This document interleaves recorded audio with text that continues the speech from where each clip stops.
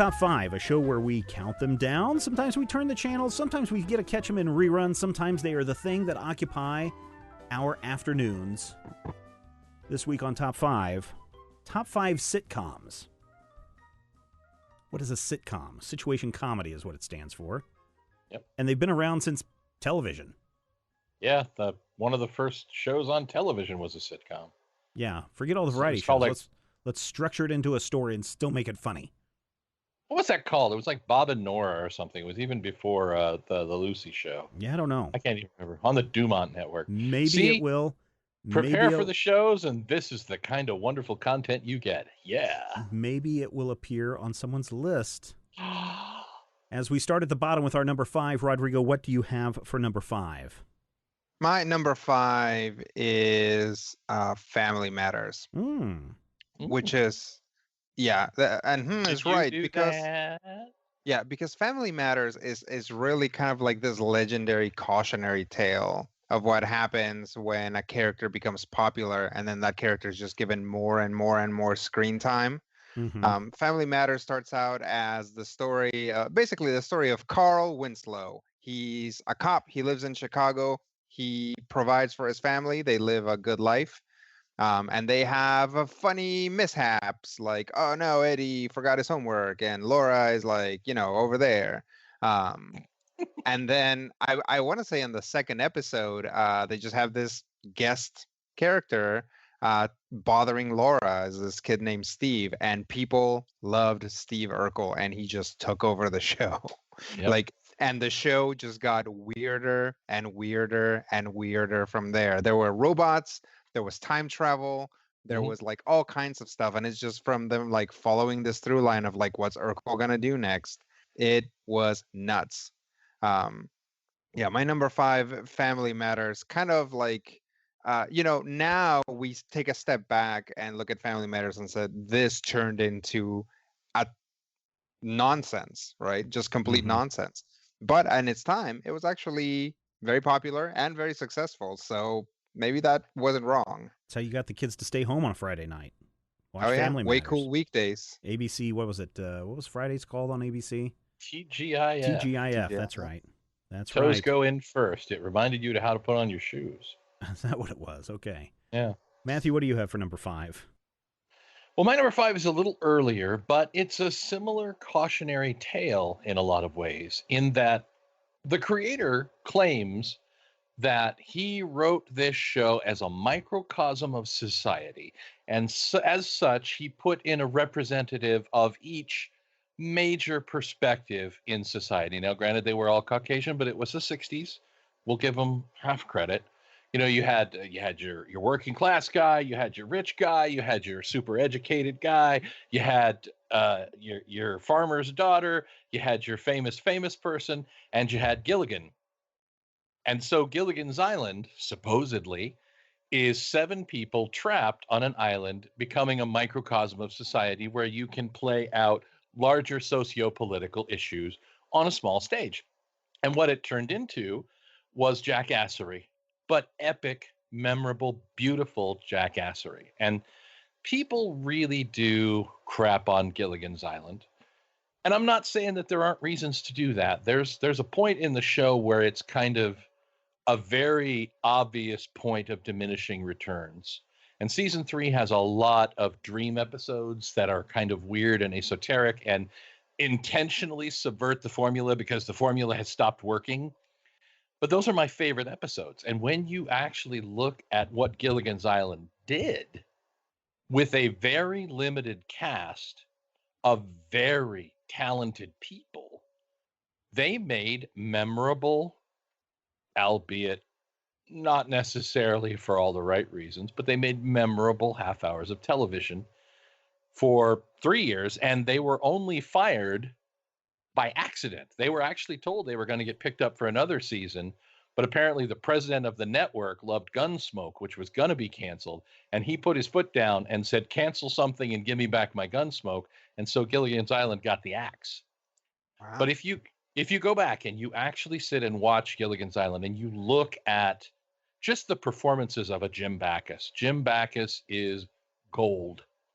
That man can sit there and do nothing and be just riveting. And the physical comedy that Bob Denver is capable of, or maybe Bob Denver's stunt double is capable of, beautiful stuff.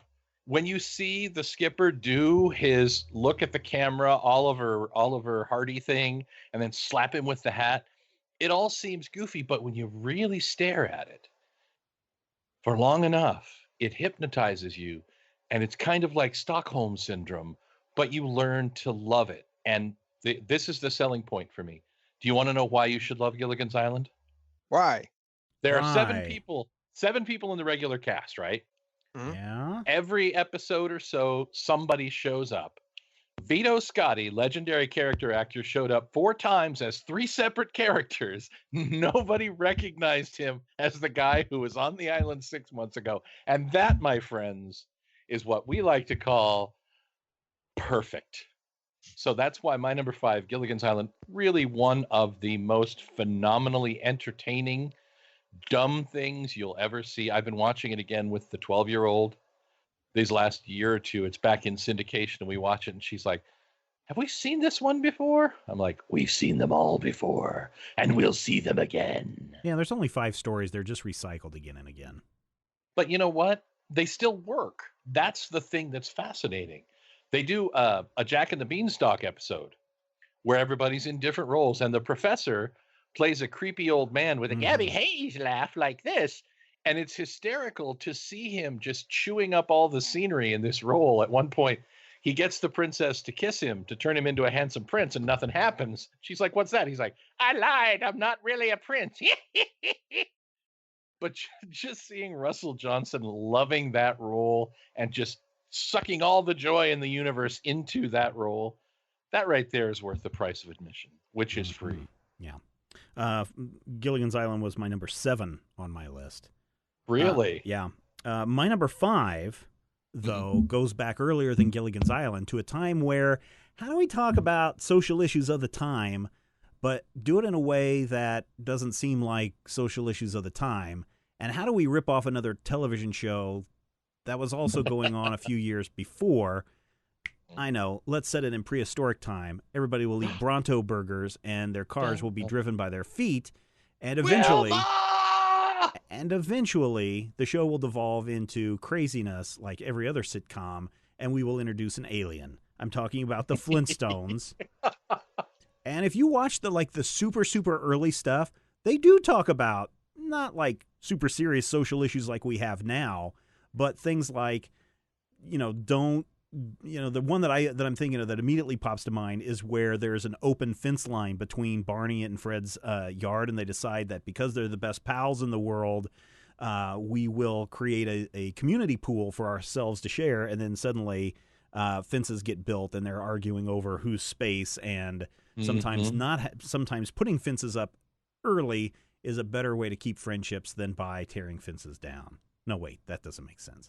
But Flintstones, I thought, was a really fascinating show. And for me, it was one that every afternoon or every morning was on syndication. And I could sit there and watch the Flintstones, and it was a yabba-dabba-doo time. So Flintstones lands at my number 5. Rodrigo, what do you have for number 4? My number 4 is one of those classic family sitcoms. You have kind of a dumb dad, you have an overworked mom, some kids, a funny baby. You already said Family Matters. I did, but this is in fact dinosaurs. Oh no! Not I'm the baby. Yes, I'm the baby. Gotta love me. Oh, alternately, not the mama. Yeah, Baby Sinclair has a lot of catchphrases. So this show was really interesting for a lot of reasons. It seems like possibly the most expensive sitcom ever made. It's just like those suits had to be like massive and completely animatronically controlled. The show looks great. You just blue spines on Kevin James and you're good to go. Yeah, you just like put some dots on Patrick Warburton and you're set. But yeah, so dinosaurs actually like really went in and tackled some like hard issues. They talked about workers' rights. They talked about Mm-hmm. sexual harassment. They talked Mm-hmm. about all kinds of like global climate change. There's all of these big issues that, get essentially delivered to people who are watching the show in this guise of like funny dinosaur family sitcom. But really, they were taking some progressive stances on a lot of things. It always made it really interesting. It didn't have too many seasons. I want to say there were maybe 2 or 3 seasons only. Um, but yeah, dinosaurs, like anytime, Jim Henson gets involved in, or the Jim Henson Company gets involved in anything, it's definitely worth at least to check it out. And dinosaurs is no exception. Very cool. And Matthew, what that do you have for final number 4? episode. Oh my number 4 is the one that everybody's going to expect me to go for. And I argued about whether it had to be on here, and then I realized it does have to be on here. If it's your list, it's your list. And here's why. Well, there are different justifications for what goes on my list, because I actually, and this one I had a hard list of 12 that I had to whittle away, and each time it was Sophie's choice. And I felt like I had to keep my number 4 simply because of one thing. And the one thing is a testimony by a man named John Lennon. And someone said to John Lennon, they said, "John, what do you think about those Monkees?" And John Lennon said, "I think they're great. I think they're the new Marx Brothers." And so my number 4 is the Monkees. 1966, a sitcom that was created to show us the life of a fictional band. And as such, they created albums from that fictional band to sell the sitcom. But what they actually did was create a pretty solid band. And, they were decades ahead of their time in a lot of ways. If you actually sit and watch an episode of the Monkees, the pacing is very modern, very frenetic. They'll do little freeze frame moments with jokes in them. They'll actually reference being in the show. They break the fourth wall. There's an episode with Rosemarie where she's singing old show tunes like she used to do on the Dick Van Dyke Show. And Mike is playing the piano and he's like, "And here we go again." It's a moment that kind of breaks through the whole thing. But when they actually do get really nuts in season 2, things go completely out the window and it becomes this really neat, psychedelic, weird 60s television series. The final episode of The Monkees features an alien who looks like a giant marijuana plant from outer space called the Frodis, who is trapped by the evil wizard Glick and is being forced to use his brain powers to hypnotize people through the television. And so the Monkees have to help him escape to his spaceship so that he can fly back to Frodis space. And that does not quite do the episode justice. You really need to sit down and watch it and maybe listen to the music, buy an album, do the whole thing. But it's really hard to describe the show, but if you were to describe it in one of those elevator pitches, it's proto MTV meets everything that you like about reality television, minus the things that you generally hate. And it takes 4 really talented guys and gives them a platform to be awesome and then be really hated and then be beloved and then be really hated and then be super beloved and now to be like elder statesmen of rock who still won't get in the Rock and Roll Hall of Fame because John Wenner is John Wenner, and that's what John Wenner does.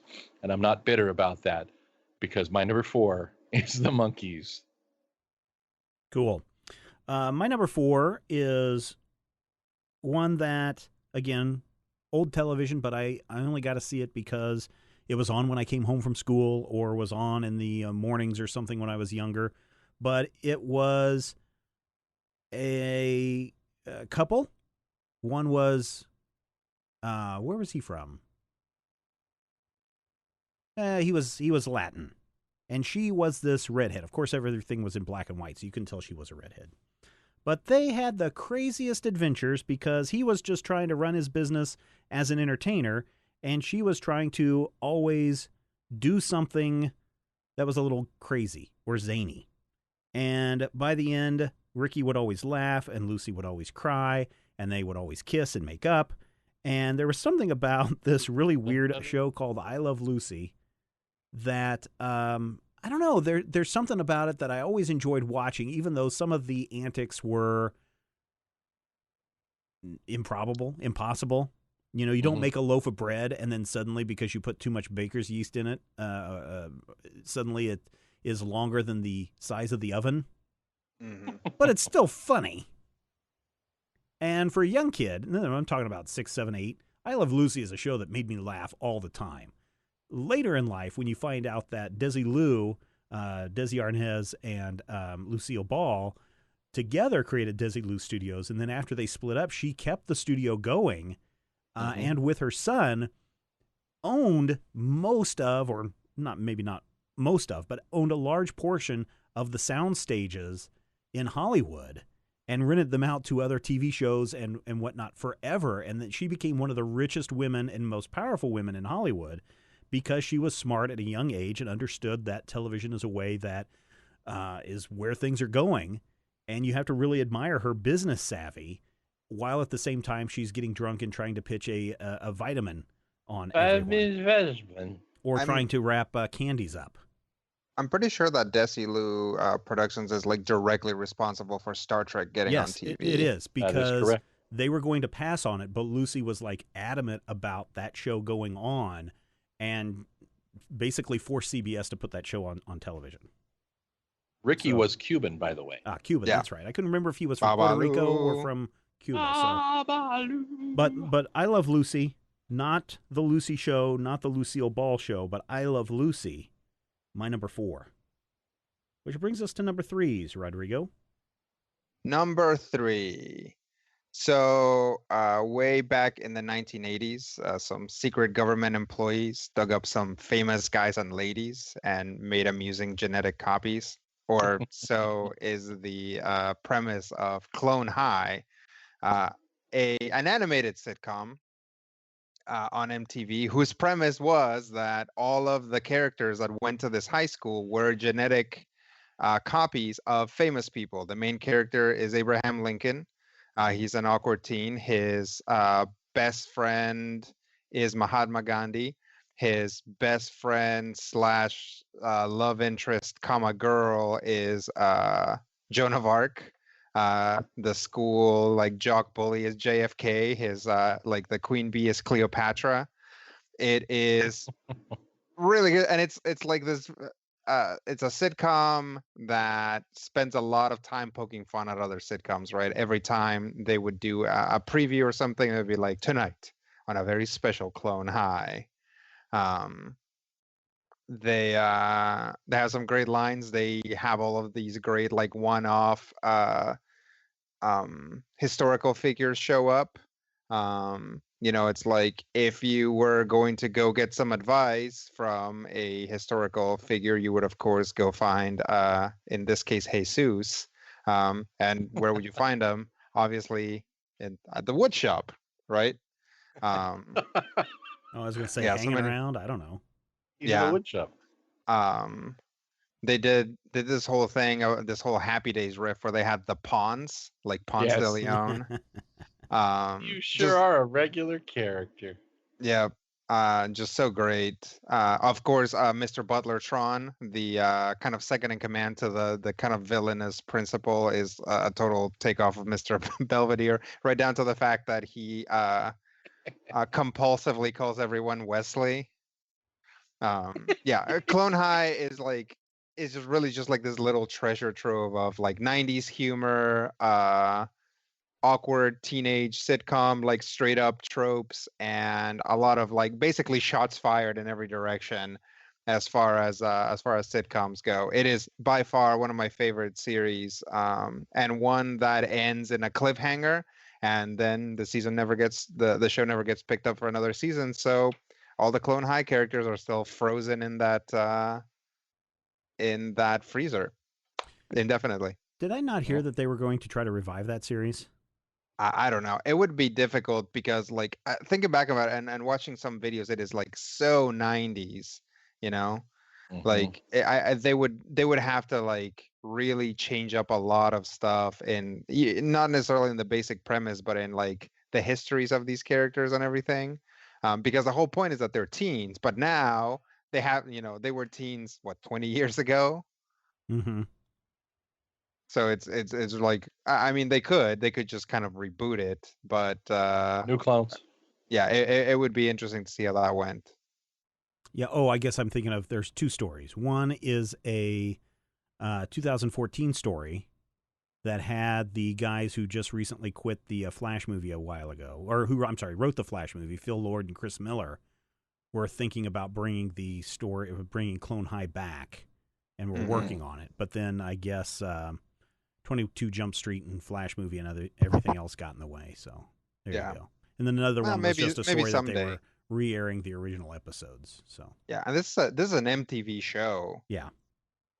So this also kind of marks, or not mark, but MTV had been doing TV, just straight up TV shows for a while, but this was like Clone High was one of those shows where people were like, okay, yeah, this is funny, this is great. So are we gonna start watching music videos again, or is it just like Daria from here on out? Are we done? Yeah. Matthew, what do you have for number 3? Miraculously, my number 3, through no chicanery or altering of list whatsoever, shares a creator with Rodrigo's number 3. Ooh, I know what it is. I know what it is. My number 3 is the story of a young man named John Dorian who graduates from medical school, shows up for his first day at the Sacred Heart Hospital and is told, "Don't you realize you're just a large pair of scrubs to me?" And thus is launched Scrubs, an 8-season-long show that never had a 9th season. There was no 9th season, and it did not happen. But 8 seasons of brilliance featuring a lot of people who have gone on to be kind of a big deal, and a few people who aren't. Zach Braff plays the main character. And throughout the show, the thing that I really love is they have the little fantasy sequence and the cutaways and all of the little breakaway things that modern shows have. But they play it so straight that at one point you actually see JD look away and everybody go, "What's he doing?" "He's having one of his fantasies. He'll be back in a minute." And he literally is looking away for a minute while everyone else talks, and he comes back and he goes, "Boy, we're going to need a whole lot of cheese dip." Just completely bizarre. And the daydreams of that main character become one of the better parts of the show. And as it goes on, each character becomes a more extreme, almost caricature of themselves. But especially in the early seasons, the character interplay is beautiful because his attending physician admires him and likes him and in no way is willing to ever admit that. So there are bits and pieces where he's constantly trying to get Dr. Cox to admit that he's a good doctor. And Cox is like, "Fine. You want me to tell you you're a great doctor? I can't. You're okay. You could be good, but you're probably going to kill people. And I need you to think about that. I need you to focus on that." And it deals with some really heavy stuff. There are episodes about mortality. There are episodes about loss. There's a whole episode about how one doctor's screw up leads to 3 people dying and the consequences throughout the whole hospital. And yet it's still somehow really funny. Very, very, really funny stuff for all of the 8 seasons of Scrubs up until the final episode, which is the last episode of the 8th season of Scrubs. And you should totally watch all 8 seasons of Scrubs. I'm sure they're streaming somewhere, which is my number 3. An amazing show. And, Donald Faison is in it, and he's hysterical. All right, cool. My number 3 is, I think people are going to look at my list and go, "How could you not include this show on your list, Stephen?" And I'm sure, and I can deal with that only because I think everyone knows that it's a great show, and so I think you can kind of discount the show. But my number 3 show is The Adventures. Only went on 2 seasons on HBO. But it was the show about the almost award-winning 4th most popular folk duo in New Zealand, and their attempts to raise a fan base in America with their agent Murray. And every episode had something interesting going on, but revolved around their music. And we always got one little short music vignette, and it was always weird. Something strange was always going on with the show. And it was a show that my wife and I looked forward to watching every single week. And 2 years into it, or after the end of the second year, they're like, no, we're not coming back. We're going to do something else. We're going to do a vampire werewolf movie. But I'm talking about Flight of the Conchords, which the bizarreness is kind of like yours, Matthew, with the Monkees. Kind of this bizarre stream of consciousness, loose story around an idea or theme that they would just run with and have a lot of fun doing, or at least it looked like they were having a lot of fun doing it. But it's one that constantly makes me laugh, and one that I'll be happy to watch again and again and again. Number 3 on my list, Flight of the Conchords. Nice. Yeah, Flight of the Conchords owes a lot to the Monkees, definitely. Mm-hmm. Yeah. As does Tenacious D, which I think was a companion piece. Yeah, but those guys didn't have their own sitcom, so. Sure they did. They had it on HBO. No, that was just their music videos, wasn't it? No, it was a show. It didn't necessarily have a through line, okay. But it was very similar to Flight of the Conchords in the way they did the show. So okay, all right. But yeah, I enjoy Flight of the Conchords a lot, and all of them have had really good careers outside of that show and outside the group. By 3 of them, I meant Brett and Jermaine, who are the duo of Flight of the Conchords. They've done a lot of other movie stuff, but the actor who played Murray, what's his name? Reese Darby. He is really funny, and he's in a couple of really good movies that have come out recently that just crack me up when I see him doing his thing. So if you get a chance to see Reese Darby, check that out. And if you haven't seen Flight of the Conchords, no. If you do get a chance to watch Flight of the Conchords, definitely check that show out as well. Let us get to number 2s with Rodrigo's number 2. Rodrigo's number 2 is a sitcom that you, our listener, probably haven't heard of, or you forgot about. And I don't mean that to be hip. I mean, this thing really went under the radar, and it just kind of came and went. I'm talking about Happy Endings. This was a show where the premise was you have this group of like 5 or 6 friends. 2 of them are getting married, and then their wedding is off. She leaves him at the altar, and what do you do with the friendship when you pick up the pieces? This went on for about 2 episodes, at which point it was basically abandoned for a more straight up like normal sitcom thing with like brief hints of like that thing having had happen, and like a little bit of like a picking up the pieces with the friendship kind of thing. But mostly it really became a showcase for really 1, 2, 3, 4, 5, 6 pretty dysfunctional friends, kind of being neurotic at each other and just kind of throwing different things at the wall and seeing what sticks. It's difficult to describe what exactly it is about Happy Endings that makes it stand out from all the other sitcoms. And really, I think it's the writing, like in the characters' voices. There's a lot of banter that goes back and forth between the characters. It's often really fast and really funny. And we're talking about all 6 and sometimes added characters just kind of like zinging back and forth in one scene, just kind of like just bang, bam, bam, bam, bam, bam, bam. It's so tight, so tightly edited, and it makes for these really hilarious scenes. And I've amped it up too much, and you guys are going to watch it, and it's not going to be as good.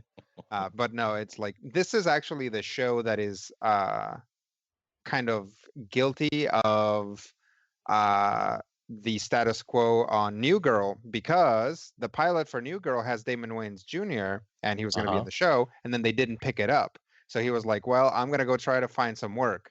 So he got on Happy Endings, did 2 seasons, I want to say. Then the show collapsed, and then he went back to New Girl afterwards.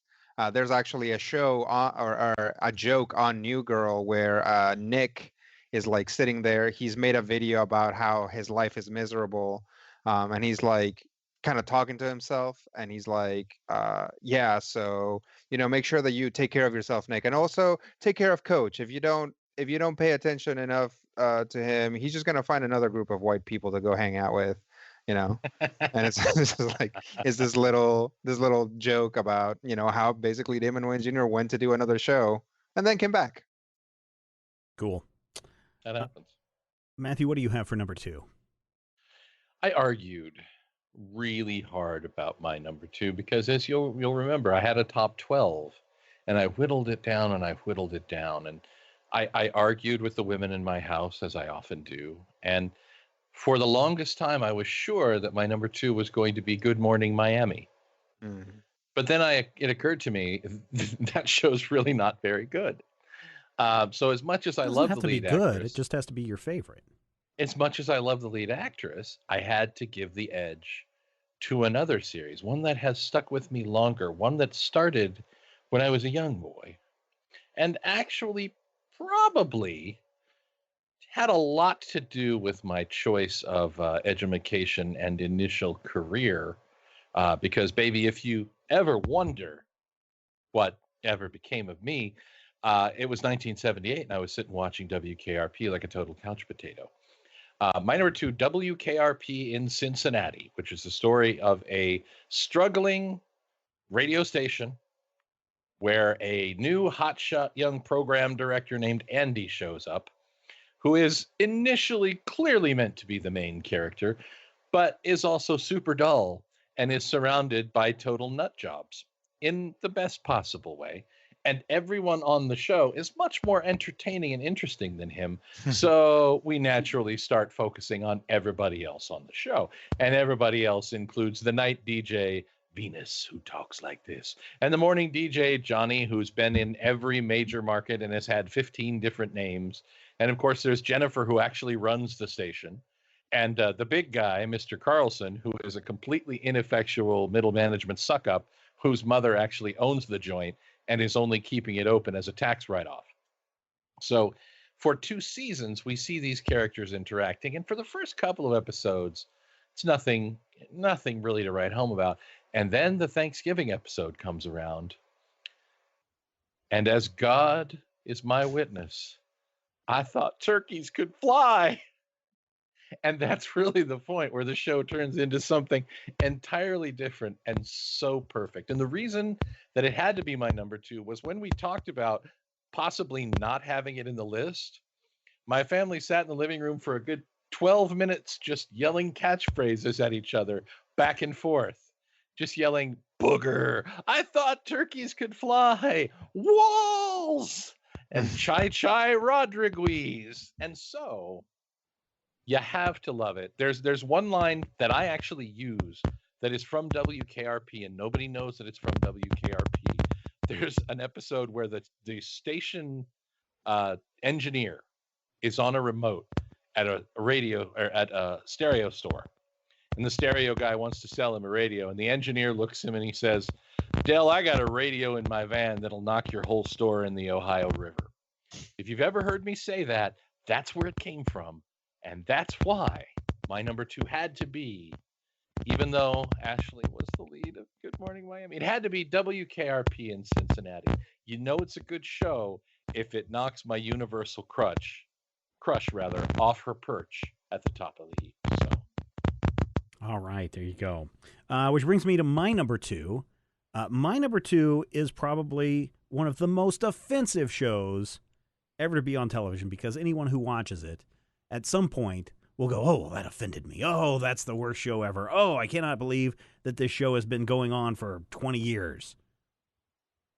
A show that takes place not too far from here, about 5 hours away, in a little town in Colorado, where 4 children, one of them routinely dies, go through life's struggles trying to make a sense of the world, whether it be celebrities or social issues. That's funny how cartoons take a poke at social issues and tend to shine the light in the most offensive and sometimes funny ways. But a large group and cast of characters for a show that, in some cases, the creators are able to turn around in about a week to get done if a topic comes up. I'm talking about the kids of South Park. I hadn't watched that show in about 8 years, and I was slowly starting to go through the back issue of a back catalog of shows that I've missed because I've got kids, and it's not a show that I can really let my kids sit around and watch right now. But it is still funny, and it is still topical, and it is on point with pulling back the curtain on what's wrong with so much of society today. And I got to laugh, and I just keep laughing. And I know it's offensive to some people, but I think once you move past that layer of stuff, you really find some questions that should make you question what's going on with whatever topic they're addressing that week. And I love the heck out of it. It is South Park. That is my number 2 sitcom. Rodrigo, I think we are ready for number ones. Number one. Number ones. So my number one favoritist sitcom is a show about equal parts managing people, like essentially being a leader, and also working under an oppressive corporate regime. Major and Spoilers also, podcast. It's not a. I mean, there's a reason why it resonates, and also all about weaponizing a pumpkin, or freezing your coworkers, or running weird experiments on your R&D department. I'm talking about Better Off Ted, another fantastic show that really went under the radar. Yeah. Only went for a couple seasons, but it is, to me, just like this like perfect little bubble of what working in corporate America is like. You have this like mysterious upper management that tells you to do things, and you kind of have to make it work. You have to make the best of it, and also maintain your interpersonal relationships in the process. There's a little office romance. There's a little there's a lot of comedy that comes from the main research and development guys. There is Portia de Rossi is in it, which is, pretty good bona fides for any sitcom, I would say. And it is a show that I will rewatch regularly. I probably watched the whole show because, again, there aren't that many episodes. I think there's only like 26. I watch the whole show probably once a year, and it's not even that. But I'm constantly showing this show to other people too. Like anybody who's like, oh, I'm like, have you ever seen Better Off Ted? Let me show you an episode. Let me find one you like. Oh, you'd like this one. Is basically what happens when anybody walks into my house. So in case the gas, the guy that works for the gas company is listening, I'm sorry about that, but I think that he did enjoy it. So my number one, Better Off Ted, Viridian Dynamics, making the world better for us. Awesome. Cool. I've seen a couple episodes of that. I haven't made it through the whole series, so I may have to pick it up, Rodrigo. Mm-hmm. You should. It'll give you flashbacks from your old job. I really think it will. Oh, you will feel it. Maybe. Yeah. I've just heard some things recently that may be even more crazy. So yeah. Before we get to that, let's get to Matthew's number one. Matthew's number one.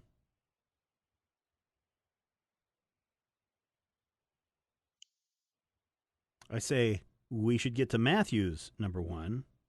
Maybe he's having microphone problems. Maybe he is having microphone problems. Because why not?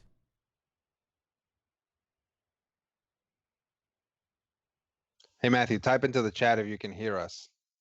Can you hear us, Matthew? Can I hear you now? There you go. There he is. Go. Ooh, and that's how I saved Christmas. I don't know what the heck just happened. That was bizarre. I was trapped in this void, and me and two other guys were spinning on a plate as though we were green screened in. My number one should be no surprise to anyone who really pays attention to the things that I talk about.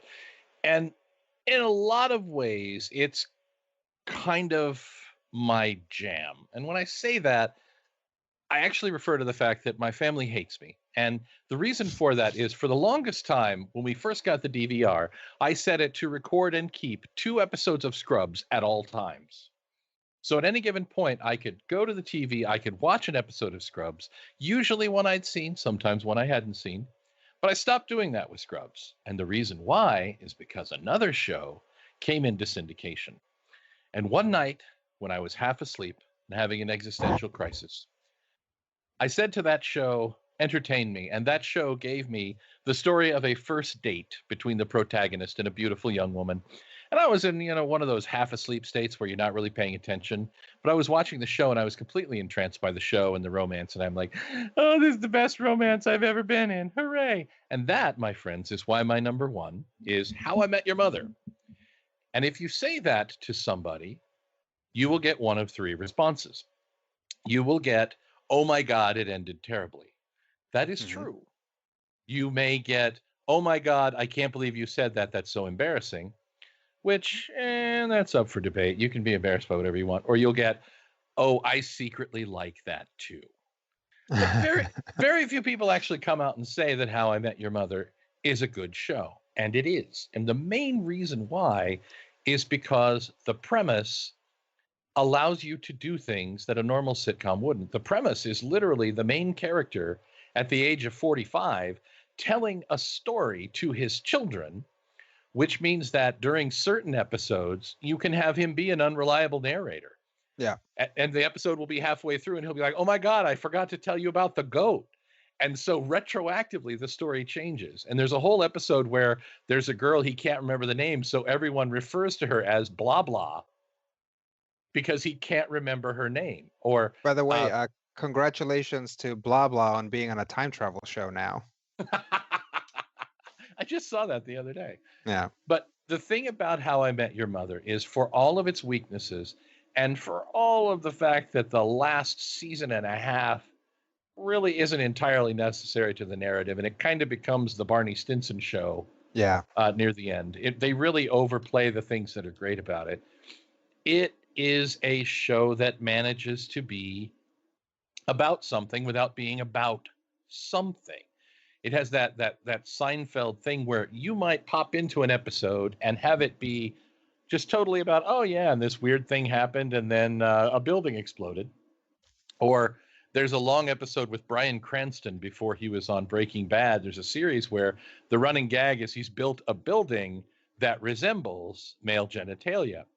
And the upshot of this whole thing is they show it to the buyer and the man says, that's a penis. I'm not building a penis. But throughout the show, they mess with the structure and they mess with time. And the whole final season takes place in a 55-hour period. So they actually do 20 episodes of television within the time frame of a single weekend. And if you break it down, there are very few big continuity errors, both in that season and in the show as a whole. And the ones that are there are kind of almost forgivable when you get to that point where it's like, well, they couldn't have known way back in season 1. But sometimes they did, and it's brilliant. And also, there are about 10 episodes that feature the character of Victoria, who, if I ever become fictional, is going to be my fictional girlfriend forever. And we're going to live in a house, and I'm going to wear a brown leather vest and run towards each other in slow motion through a field. But if you watch the show, and if you allow yourself to get past its reputation for having a crappy ending, and while it is not the ending that people wanted, and it's not the ending that the show title implies, it really is the ending that the show's character arc implies. Yeah, totally. I was not nearly as pissed about that. Right? About that as most people seem to be. I was like, yep, that makes sense. That completely makes sense. And it's like that's really what this show is about. Yeah, it's like, they talk about like Scott Pilgrim, right? And how in the end they changed it back to him ending up with Ramona, whereas the whole movie they were telling you this guy should be with knives, right? There's and there's that ending floating around out there where he does end up with knives, and that is the correct ending. Yeah, I feel the same way about. I feel the same way. Yeah, because that's what the way the movie leads you, as opposed to the narrative from the comics. That's how I feel about How I Met Your Mother. It ends in the only way that it really could have ended. Mm-hmm. And it features some really, really wonderful character actors. And for all of the complaints about Barney Stinson and the Barney Show, Neil Patrick Harris throws his heart and soul into that show. And the best part is, if you actually pay attention to the stuff that he's doing, and you ignore the fact that there are certain people who have actually taken parts of that character's behavior and said, yes, this is how I'm going to live my life.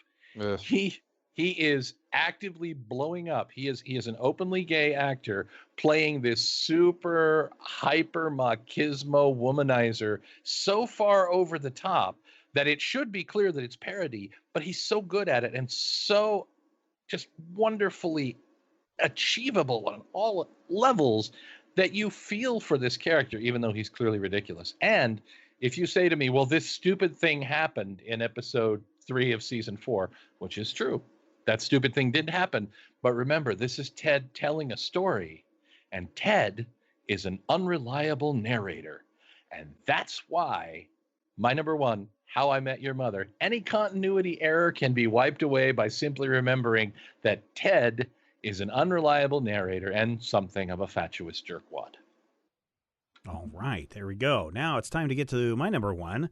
And I know everyone's like, oh, here comes the Seinfeld. Nope. Seinfeld did not make my top 5 list because Number the only 6. reason... yes, it is actually my number 6. Because the only reason that Seinfeld became so popular is because of the show that came on before it.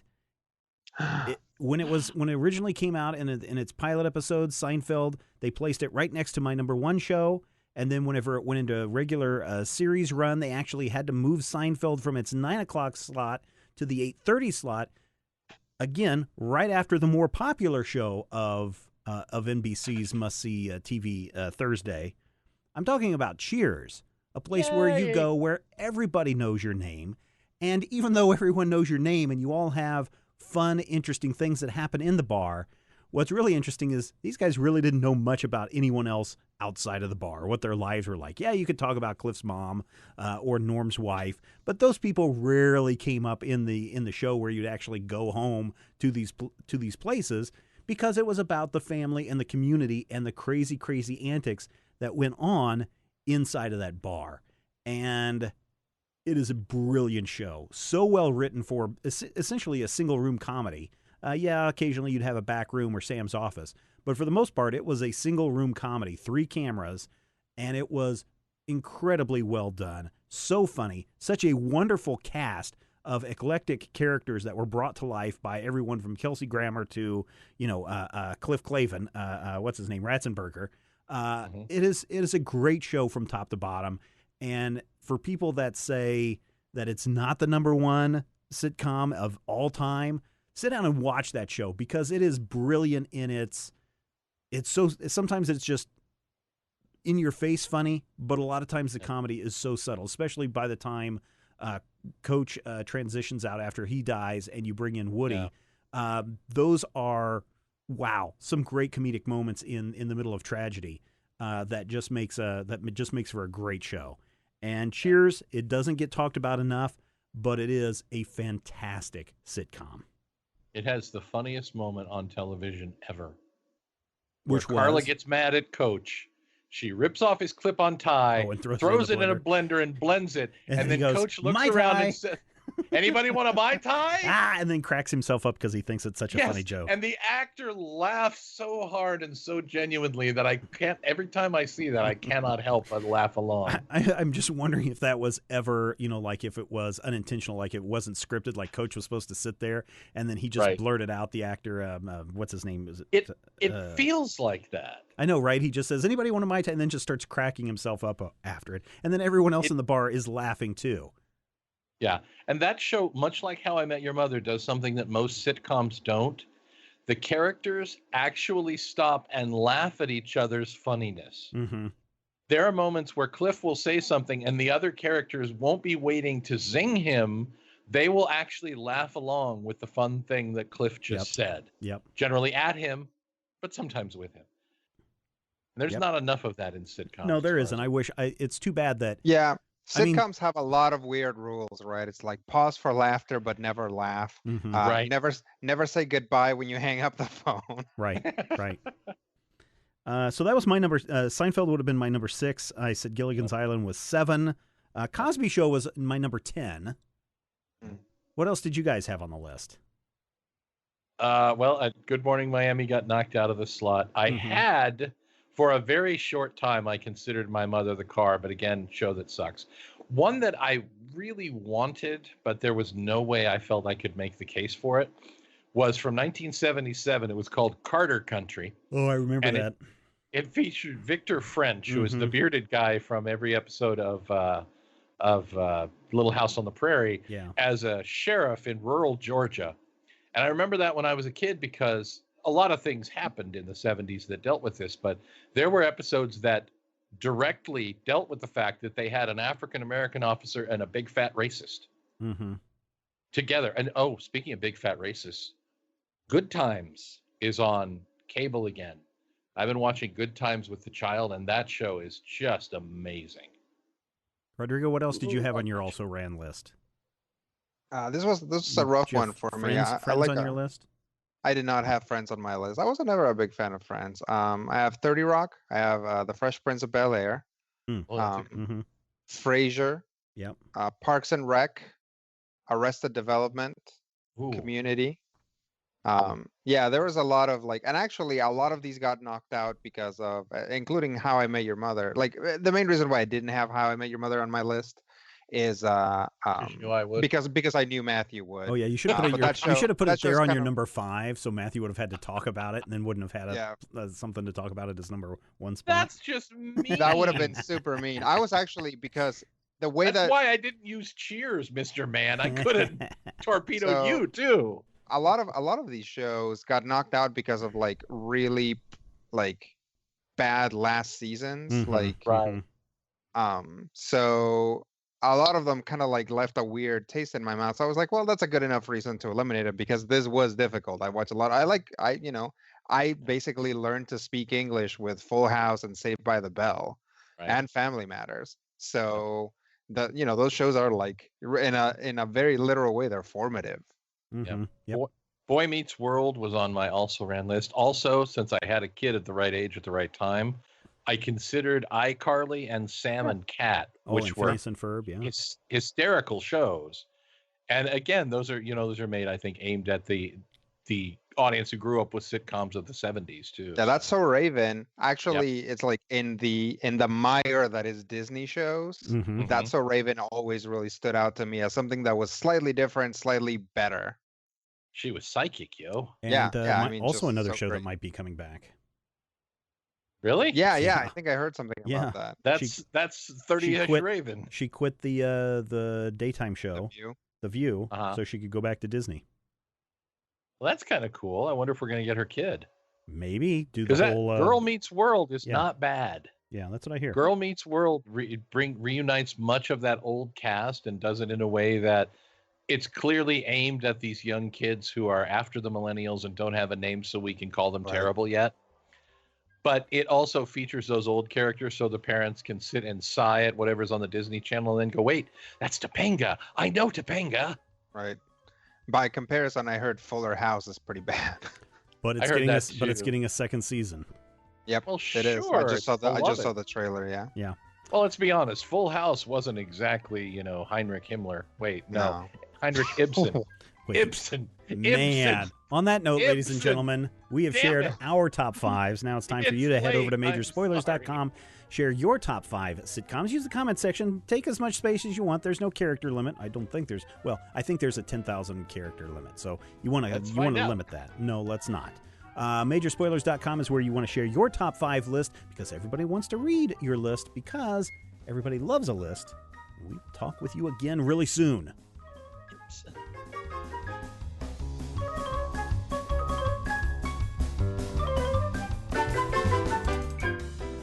This podcast is copyright 2016 by Major Spoilers Entertainment, LLC.